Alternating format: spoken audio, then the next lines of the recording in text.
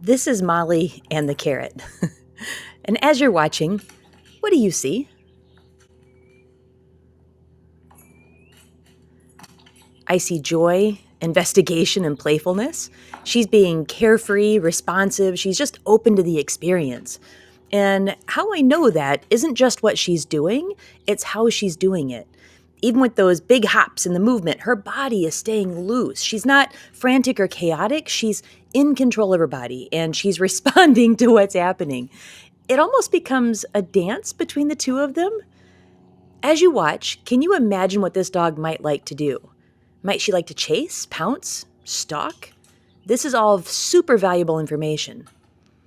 But I want to take this opportunity first to address something that I see a lot of people struggle with here.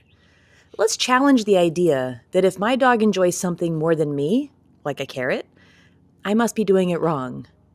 What if that's not actually true? What if different things are meeting different needs? I want for everyone to be able to take the pressure off themselves and their dog. If you need that permission, here it is. I'm giving it to you already. I can never be that carrot for Molly. And I'm also not sure I need to be, because that might be a completely different experience that meets a different need. It's kind of like wanting a small snack versus a 5-course meal. They're both good, they just meet different needs.